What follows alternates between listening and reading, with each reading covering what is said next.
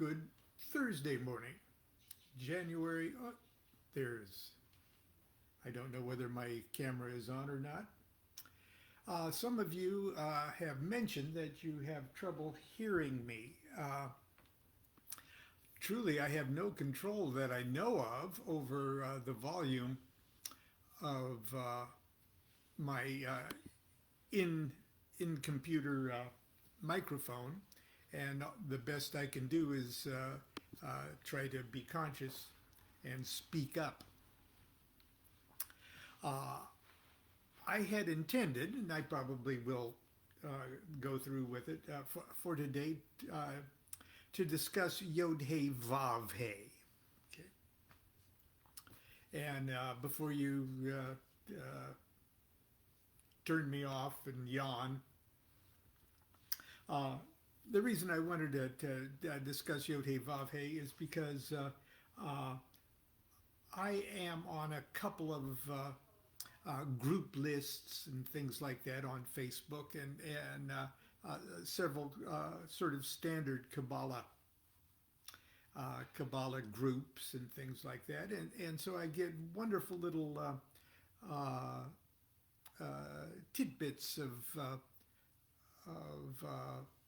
little videos or little memes or little quotations from famous Kabbalistic rabbis of the past and present. And one of them recently was on Yod-He-Vav-He, and I'm always interested in it, and I try to read it. But in a way, it looked at Yod-He-Vav-He as a springboard for a little lecture on charity and generosity and giving and things like that,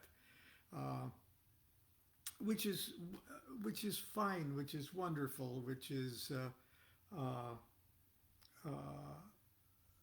wise, you know, and it's but it's something that is sort of a thing in itself, and not so much particularly related to the metaphysics of Kabbalah. And it's sort of much like in the Masons, okay? There are several Masonic lectures that take place during the degree ceremonies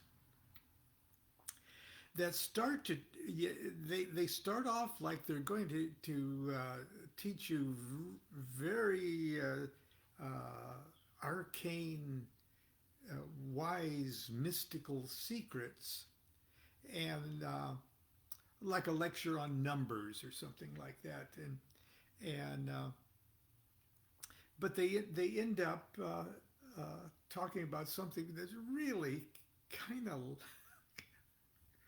lame, you know. I first noticed that when I joined D-Malay. You know, D-Malay is a young men's Masonic sponsored group, but it's sort of based on the myths of the Knights Templars, and which is in and of itself a really interesting and spooky tradition, kind of. And there's officers around the temple, and 7 preceptors. Okay, and these 7 preceptors are you know, it's just ripe for any sort of even allegorical something related to the levels of consciousness associated with the planetary spheres. So 7 preceptors, you know. And there's ways that they could have taken advantage of that universal vibratory frequency of 7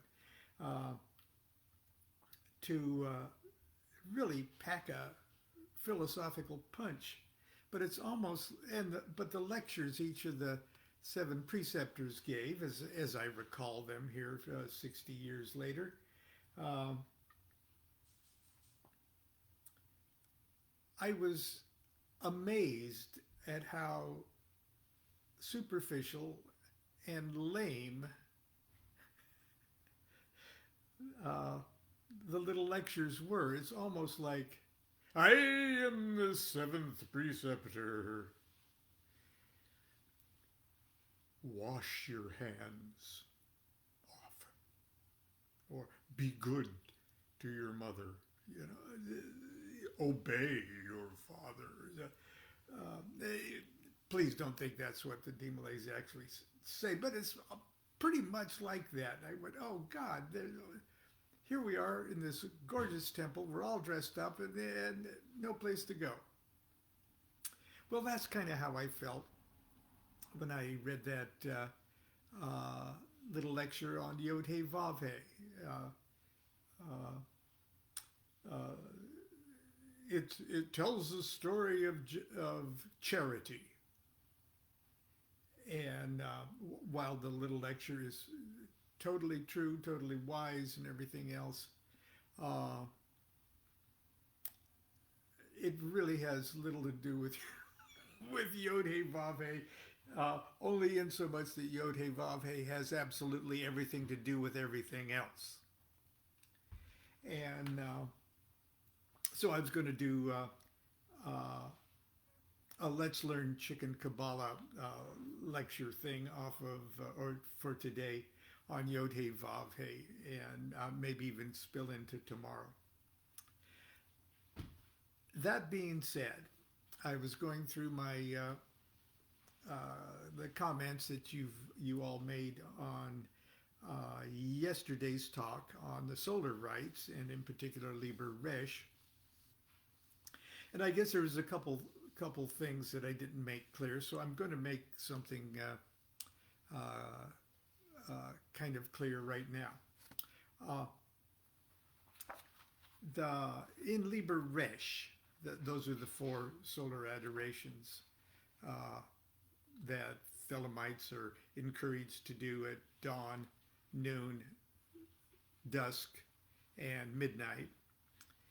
And so here's the thing. Hang on, let's see. I was taught, okay, to do Libra Resh by Phyllis Eckler and Grady McMurtry. They taught me on the occasion of at the dinner table after my Minerval initiation on November 15th, 1975. They taught me how to do will, the little ceremony you do before the main meal. And they taught me how to do Resh. Now, Phyllis was the formal student of Jane Wolfe, who taught her. And Jane Wolfe was a personal student of Aleister Crowley, and she learned to do will every morning in Cefalù, Sicily, at the Abbey of Thelema with Aleister Crowley in the 1920s. So I'm assuming that Jane Wolfe instructed Phyllis on how to do it, and that Phyllis was instructing me how it was done. Now, can I swear that this is how Aleister Crowley did it? No. Maybe they were all misremembering. Maybe they, for one reason or another, have altered it. But I was taught to do Libra Resh as it was outlined in the Libra 200 here, just like we said yesterday. And then after each of these invocations, thou shalt give the sign of silence, and afterwards perform the adoration that is taught thee by thy superior. And then do thou compose thyself to holy meditation. Now, what if you say, well, I don't have a superior to teach me the adorations? Well, all I can do is tell you how my superior told me to do it, okay? And my superior told me to recite that section of the book of the law that starts with the verse part that starts, unity uttermost showed, I adore the might of thy breath, supreme and terrible God, who makest the gods and death to tremble before thee, I adore thee. Appear on the throne of Ra, open the ways of the Ku, lighten the ways of the Ka. The ways of the Kabs runs through to stir me or still me. Aum, let it fill me, is how I was taught. The light is mine, its rays consume me. I have made a secret door into the house of Ra and tomb of Kefra and Ahathor. I am thy Theban, O Mentu, the prophet, Ankaf, Nakansu. By Besnamout my breast I beat, by wise Tanik I weave my spell.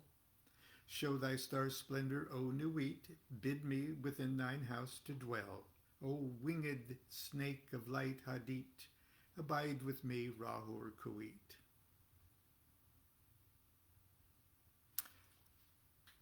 Okay, I was told to recite that whole thing after my dawn Resh, after my noon Resh, after my sunset Resh, and after my midnight Resh. Okay. You could, if your superior tells you how to do it some other way, then do it that way. Secondly, some signs. It says at the very beginning, as you greet the sun at dawn, it says, giving the sign of his grade. Okay, so if you're in formal study, you have a certain grade, and each one of those grades has a sign associated with it.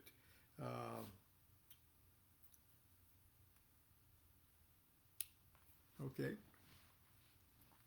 And if you're not sure what sign you should make, and you can make reference in the big book of book 4 of Thelema that has all of the photographs of the different signs of the grades, or you could take a look at Magic of Aleister Crowley and see a series of pictures posed by my beautiful wife and child bride.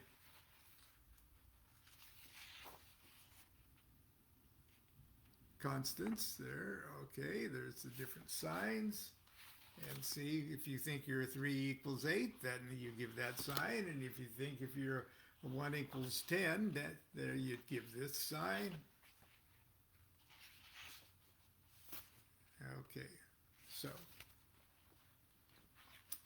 you give the sign of your grade at first. And if you're unsure, start at the very bottom and give the sign of set fighting, which is exactly how I was first instructed over the dinner table in Dublin, California in 1975, because nobody was sure what the hell my grade might actually be. Certainly not me, so start at the beginning. So you give the sign of set fighting, that's the earth one, 1 equals 10. Then you can either hold that pose while you say Resh, or twiddle your thumbs or do whatever you want with it. I hold the sign. Okay. Or I try to. Afterwards, it says, after each of these invocations. So, hail unto thee from the abodes of evening. Okay. After each of these invocations, thou shalt give the sign of silence.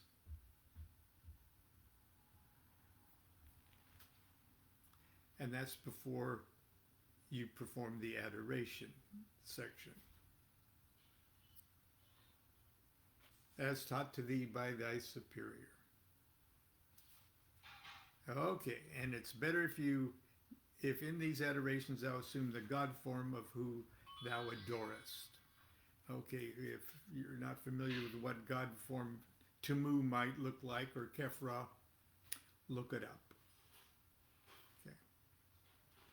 So, you give the sign of silence after the Resh part, and then you do the unity uttermost showed. Now, I was shown and taught that after I give the sign of silence, I recite the adoration part in the sign of Osiris risen. Nowhere does it say that in Crowley's book material. But again, I was instructed by Phyllis. Grady also did it. And I'm unsure whether Crowley and Grady had the Resh instructions when they were together in England. I'm assuming he did. Grady also gave the sign of Osiris risen after this, and then during the unity uttermost showed, I adore the might of thy breath, supreme and terrible God, who makest the gods and death to tremble before thee, etc., etc. So I'm assuming that that is also correct, but again, I'm not telling you how to do it. If you interpret it some other way, I am not your superior, so everything I say is suggestive. So, okay. Oh, I've already used up 18 minutes, and I was going to talk about Yod-He-Vav-He, and I will, but where is it? Okay. But we're going to have to probably finish it up tomorrow. First of all, I want to show you two things. Yod-He-Vav-He. And here's two little pyramids or obelisks there. From the top down, Yod-He-Vav-He. These are the four Kabbalistic worlds. Yod is Asaya, the archetypal world. And let's see what it says, what the rabbi says. Atzilith is where the male and female aspect of deity are still united in pure bliss. It is where the desire impulse of the supreme deity projects the universal qualities of rest. And this is in reference to chairs, as we're going to see in a second. The next one is He, or Bria, the creative world, or Bria, the world of soft cheeses. There's Vav, Yetzirah, the formative world. It's where the blueprint of things are, the ideas. And He final is, it's not a, technically it's not a He final, it's the final letter He. A final is Asaya, the material world. So Adzalith, Braya, Yetzirah, Asaya. Okay, that being said, we being made in the image of deity are the reflection of that obelisk, and we got an obelisk of our own. And at the very top, corresponding to Adzalith, is, and the Yod, is the Chai, or the life force itself. Now there's more detailed kind of Kabbalistic labels to these things, including Yechida and like a super neshama, things like that. But for the rabbi, we'll just lump that highest one together into the life force itself. The Chai is the life force itself. It is our true identity, and for all intents and purposes, it is identical with the consciousness of pure deity. He is the neshama, or soul intuition. The neshama is the part of our soul that transcends the thinking process and vibrates in greater harmony with the ultimate reality. Okay, neshama is beyond ruach, or the thinking thing. So when people say, I think I've crossed the abyss, well, I'm sorry, the I that you think is, if you're thinking, you're probably the you that crossed the abyss is not the one that's talking to me at the moment. Okay. Vav, the ruach, or the intellect. And here's where we try to think our way into things that can't be thought into. The ruach is our intellect. It is the part of our soul that monopolizes our attention to such a degree that we identify completely with the thinking process.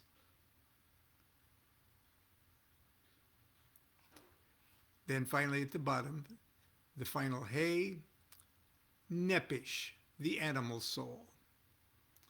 The Nepish is the primitive level of consciousness we share with the animal kingdom, instincts, primitive appetites, emotions, and the sex drive survival mechanisms are all examples of Nepisherian consciousness. Okay. There, we won't have to do that tomorrow. Tomorrow we'll pick up with the Kabbalistic autopsy and a couple other things that will illustrate those levels of consciousness that Yod-He-Vav-He represents. Until tomorrow, continue to be good to yourself and be good to each other. Do what thou wilt shall be the whole of the law. Love is the law. Love under will. Bye-bye.